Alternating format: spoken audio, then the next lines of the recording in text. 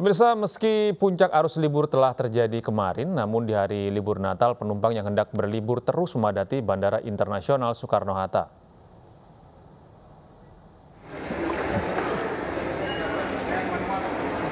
Suasana Terminal 2 Bandara Internasional Soekarno-Hatta pada libur Natal masih dipadati penumpang. Antrian mulai dari area keberangkatan, pemeriksaan kesehatan hingga di counter check-in. Mereka memanfaatkan libur panjang Natal dan Tahun Baru. Meski was-was dengan adanya varian Omikron, namun mereka tetap waspada dalam menjalani protokol kesehatan. Penumpang juga diwajibkan sudah vaksin kedua dan melengkapi dokumen kesehatan PCR atau antigen. Masing-masing harus tetap jaga protokol kesehatan. Harus tetap pakai masker, hand sanitizer, tetap jaga jarak sama orang-orang. Jadi prokes saja sih.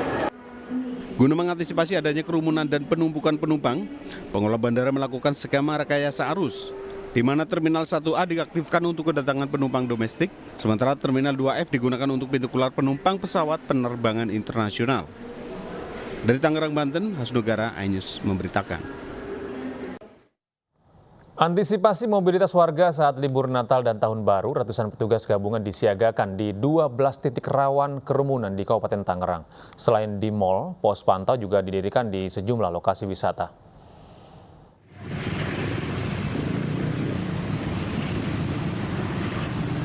Volume kendaraan menuju pusat wisata kuliner, mal dan wisata anak di kawasan Cikupat, Kabupaten Tangerang, Banten, mulai mengalami peningkatan. Untuk mengantisipasi adanya kerumunan yang dikhawatirkan menjadi pemicu lonjakan kasus COVID-19, 700 personil gabungan polisi TNI, Dishub, dan Satpol PP disiagakan. Personil gabungan disiagakan di 12 titik rawan kerumunan di 5 pos pantau dan 7 pos pengamanan. Selain di sejumlah mal, pos pantau juga didirikan di sejumlah lokasi wisata dan lokasi yang kerap dijadikan tempat berkumpul saat malam Tahun Baru.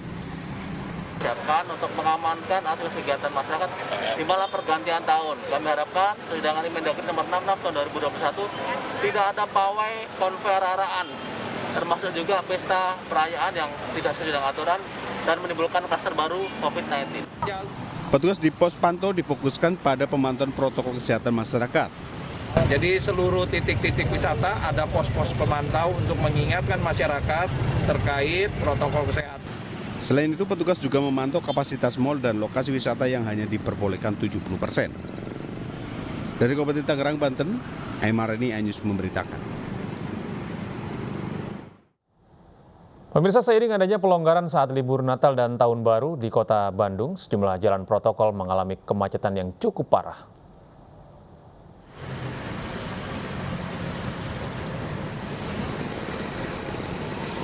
Seperti inilah kondisi kepadatan arus lalu lintas kendaraan di sejumlah titik di pusat Kota Bandung, Jawa Barat. Di kawasan Jalan Dago terlihat arus lalu lintas padat merayap menuju pusat Kota Bandung. Sementara di Jalan Cihamplas, akibat banyaknya wisatawan yang berbelanja di kawasan tersebut, kendaraan mengular hingga 2 km. Kepadatan arus lalu lintas juga terjadi di kawasan Jalan Merdeka menuju kawasan Asia Afrika. Kepadatan arus lalu lintas di Kota Bandung sendiri disebabkan mobilitas warga saat libur akhir pekan naik. Dari Bandung, Jawa Barat, Ervan David, iNews melaporkan. Sementara itu, objek wisata ramai dikunjungi warga untuk mengisi libur Natal pada hari ini, maksud kami kemarin.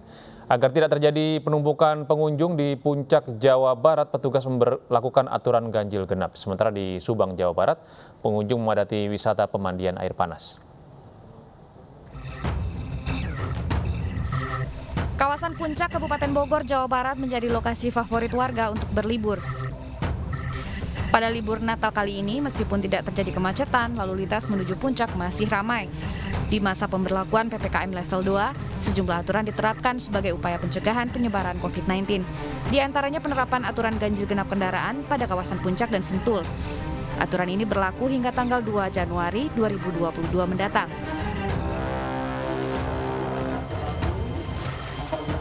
Di Subang, Jawa Barat, warga memanfaatkan libur Natal mengunjungi pemandian air panas Sariater. Untuk berlibur di sini, pengelola mewajibkan pengguna aplikasi Peduli Lindungi saat memasuki area wisata. Enak aja sih buat buat liburan keluarga, ngilangin penat di Jakarta. Ada apa aja sih di sini? Ada kolam air panas, Curug Jodoh. Warga yang mengunjungi tempat wisata di saat liburan diimbau selalu menerapkan protokol kesehatan. Di antaranya mencuci tangan, menggunakan masker, dan tetap menjaga jarak. Tim Liputan iNews melaporkan. Sebanyak 19 warga binaan Lapas Perempuan kelas 2A Pondok Bambu, Jakarta Timur mendapatkan remisi khusus Natal. Pengurangan masa tahanan mulai dari 15 hari hingga 2 bulan. Indonesia, 1 nomor pos garis datar 1702. Perayaan Natal membawa berkah bagi 19 warga binaan Lapas Perempuan kelas 2A Pondok Bambu, Jakarta Timur. Mereka mendapatkan remisi khusus Natal atau jumlah pengurangan masa tahanan mulai dari 15 hari hingga 2 bulan. Pada hari ini Lapas Perempuan kelas 2 Jakarta melaksanakan kegiatan penyerahan remisi khusus bagi warga binaan kami yang pada saat ini ada 49 warga binaan kami yang Nasrani, namun yang berhak mendapatkan remisi di tahun ini ada 19 orang.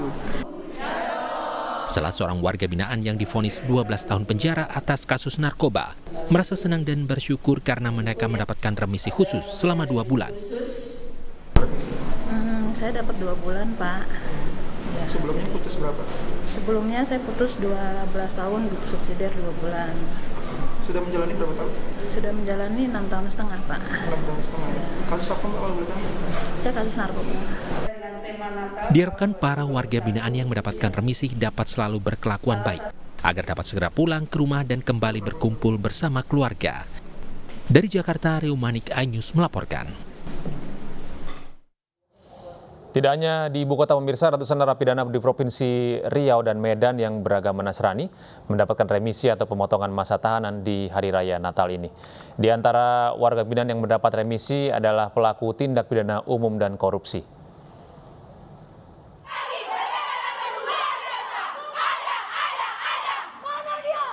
648 narapidana di Provinsi Riau mendapatkan RK1 atau potongan masa tahanan, sedangkan 6 orang mendapatkan RK2 atau langsung dibebaskan dari lapas. Remisi ini merupakan hadiah bagi napi yang berperilaku baik saat menjalani masa tahanan. Menurut Kanwil Kemenkumham Riau, Pujo Harinto, dalam kegiatan Natal yang dipusatkan di Lapas Perempuan ini, berbagai kegiatan dilakukan, di antaranya pertandingan bola voli, baca puisi, dan juga menampilkan kegiatan kreatif lainnya. Remisi Natal ini tahun 2021, totalnya ada sekitar 654 orang yang kita berikan. Se-Riau, itu terdiri dari RK1, mereka-mereka yang sudah mendapat remisi antara 15 hari, 1 bulan dan 2 bulan, sejumlah 648 orang, dan sisanya adalah RK2. RK2 adalah mereka yang diberikan remisi langsung bebas. Sementara itu sebanyak 209 orang warga binaan Lapas Tanjung Kusta kelas 1 Medan mendapatkan remisi. Di antaranya narapidana dengan kasus tindak pidana umum dan 1 orang napi kasus tindak pidana korupsi. Dalam penyerahan remisi ini, tak satu pun narapidana dinyatakan bebas dari masa hukuman selama di dalam penjara.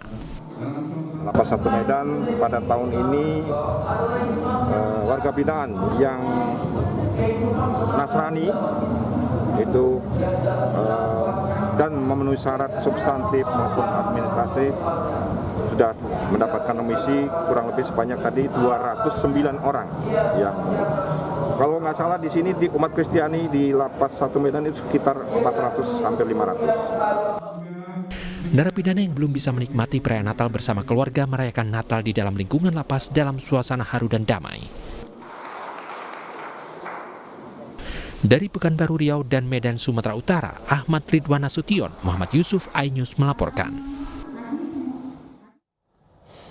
Pemirsa, ratusan umat Kristiani yang mendaftar melalui registrasi online mengikuti misa secara tatap muka di Gereja Katedral Jakarta Pusat. Dalam Dia ada hidup, dan hidup dengan khidmat di Gereja Katedral Jakarta. Misa terakhir pada pukul 17 waktu Indonesia Barat dipimpin oleh Romo Albertus Hani Rudi Hartoko dan Romo Robert Rimin. Umat yang datang terlebih dahulu mendaftar melalui laman web belaras.id dan selebihnya melalui daring. Dari 650 kapasitas umat yang tersedia, sebanyak 213 umat yang hadir misa secara langsung. Dimana pada hari ini juga semua mengambil tema yang sama, yaitu tema Natal tahun 2021 yang merupakan tema bersama dari Persekutuan Gereja-Gereja Indonesia dan juga Konferensi Wali Gereja Indonesia dengan tema Cinta Kasih Kristus Menggerakkan Persaudaraan. Jadi seluruhnya kami bersyukur bahwa seluruh rangkaian misa malam Natal dan Natal telah berlangsung dengan lancar, aman, dan terkendali semua. Di perayaan Natal, Gubernur Jawa Tengah Ganjar Pranowo mengecek sejumlah gereja di Semarang, Jawa Tengah kemarin. Salah satunya Gereja Katolik Keluarga Kudus Atmo di Rono 8. Ganjar mengatakan situasi perayaan Natal tahun ini lebih baik ketimbang sebelumnya. Meski jumlah jemaat yang beribadah di gereja lebih banyak daripada tahun lalu, penerapan protokol kesehatan telah berjalan baik. Artinya kalau kita bisa menjaga seperti ini, ya insya Allah akan lancar semuanya. Maka masing-masing yang menyelenggarakan kegiatan bertanggung jawab. Dan harapan saya ini tidak hanya di gereja, di tempat pariwisata, di mall ya toh, di tempat-tempat keramaian, orang menjaga diri. Kalau bisa menjaga diri seperti ini, ya insya Allah aman lah. Ya. Perayaan Natal di seluruh Indonesia pada kemarin berlangsung aman dan damai. Di Kota Banjar, Jawa Barat, Santa Claus turun langsung ke jalan membagikan hadiah kepada warga.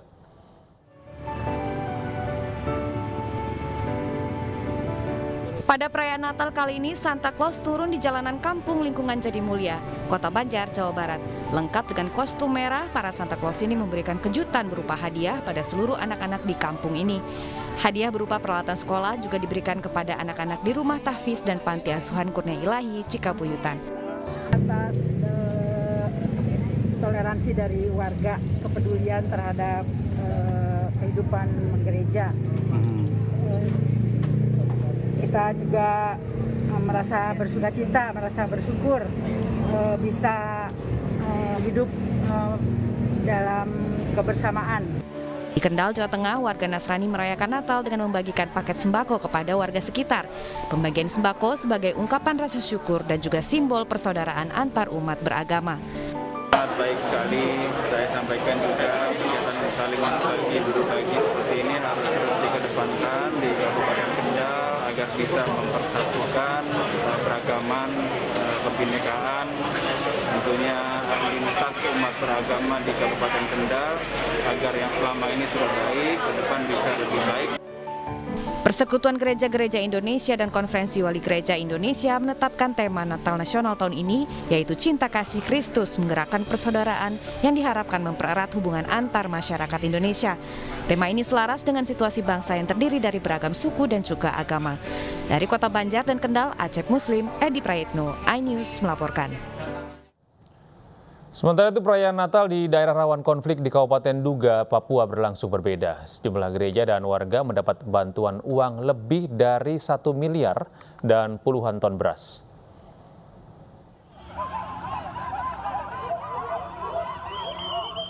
Masyarakat dan jemaat sejumlah gereja di Kota Keniam, Duga, Papua mendapat bantuan 10 ton beras dan sumbangan uang total sebesar 1,7 miliar rupiah di hari Natal 2021.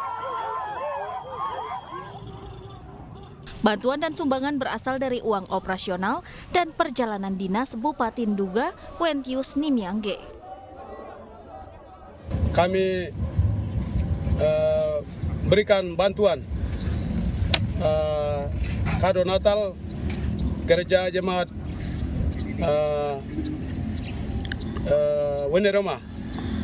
Jadi dari masyarakat Duga Lani, Duga Nayak, kemarin kumpul dan kami sudah kasih kadonya. Wentius juga menyampaikan permohonan maaf dan berjanji akan kembali memberi bantuan serta perhatian kepada masyarakat yang berada di daerah rawan konflik. Dari Duga, Papua, Omega Batkorumbawa, iNews melaporkan.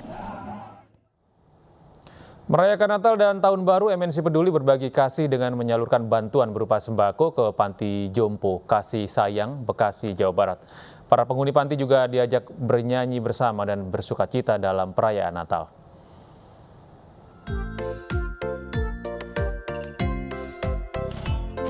Perayaan Natal tahun ini sangat berkesan bagi para lansia di Panti Jompo Kasih Sayang di Duren Jaya, Bekasi, Jawa Barat. Natal tahun ini mereka rayakan bersama MNC Peduli yang khusus datang untuk berbagi kasih dan keceriaan dengan mengajak bernyanyi bersama dan bersukacita.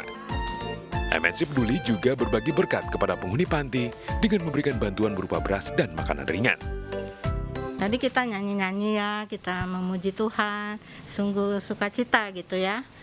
Kemudian juga dengan kegiatan MNC Peduli memberikan berkat bagi kami, itu juga sangat membantu. Kedatangan ini ya untuk bisa dapat membantu kami, ya kan, bisa bersukacita, bergembira di sini. Di hari Natal menjadi momen untuk dapat berbagi kasih dan menjadi berkat kepada sesama yang membutuhkan. Karena itu yang ingin kita contoh gitu, dimanapun kita berada, kedatangan kita tentu juga bisa membawa kebaikan bagi orang lain. Berbagi seharusnya sudah menjadi kewajiban bersama. Oleh karena itu, MNC Peduli mengajak masyarakat untuk bersama-sama meringankan beban sesama. Dari Bekasi, Jawa Barat, Yulia Lorena, Edmond Dantes, iNews melaporkan. Puluhan seniman menggelar aksi simpatik untuk menggalang dana bagi korban erupsi Gunung Semeru di Lumajang, Jawa Timur. Mereka juga mengecam artis dan seniman yang syuting di lokasi pengungsian.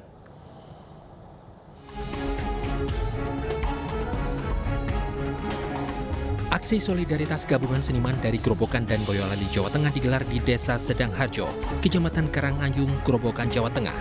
Para seniman menggalang dana dari para pengendara yang melintas. Mereka juga berorasi untuk mengecam artis dan seniman yang sengaja syuting sinetron di lokasi pengungsian.